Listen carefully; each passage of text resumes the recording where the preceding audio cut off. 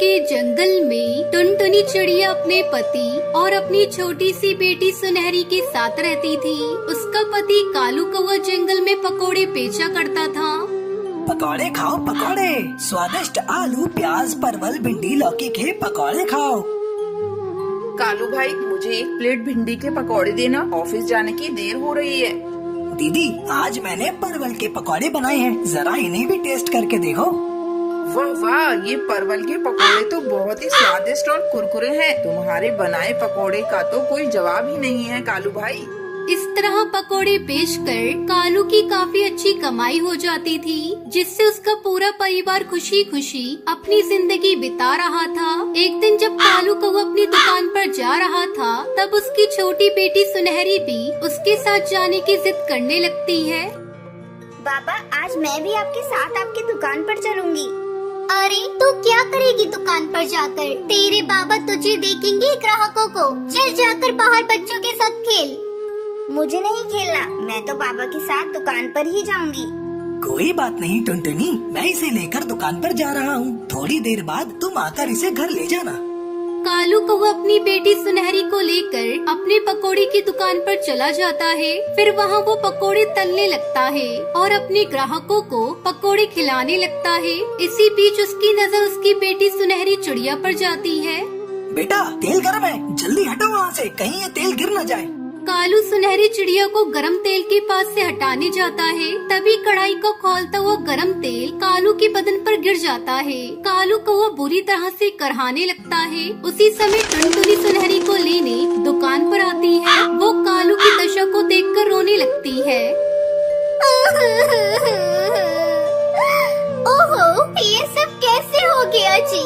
मैंने आपको कई बार मना किया, सुनहरी को मत लेकर जाइए, पर आप मेरी बात नहीं माने और सुनहरी को लेकर चले आए।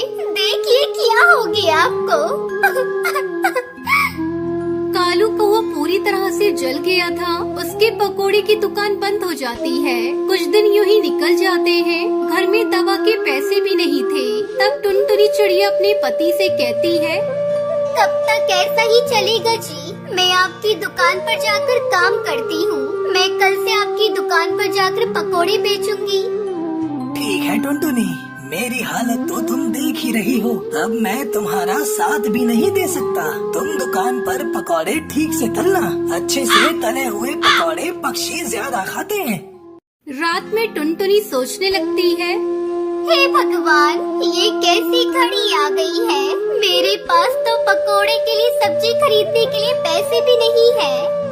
यही सोचते सोचते वो सो जाती है। अगले दिन जब टुनटुनी दुकान पर जा रही थी, तब रास्ते में उसे एक मुर्गी की बच्ची नजर आती है। टुनटुनी चिड़िया मुर्गी की बच्ची को देखकर सोचने लगती है, क्यों ना मैं इस मुर्गी की बच्ची को पालूं। जब ये अंडे देने लगेगी तो मैं इसके अंडों से अंडे की पकोड़े बनाऊंगी। जंगल के पक्षियों को अंडे की पकोड़े बहुत पसंद आएंगे।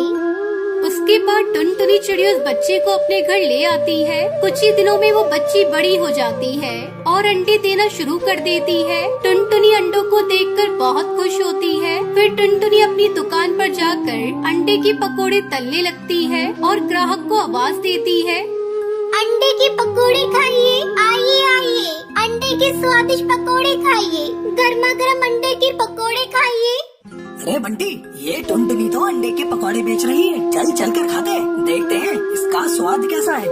बंटी कबूतर टुनटुनी के बनाए हुए अंडे के पकोड़े खाता है और जोर जोर से शोर मचाने लगता है। सुनो सुनो जंगल के पक्षियों, जरा इस अंडे के पकौड़े को तो खाकर देखो, कितना स्वादिष्ट है।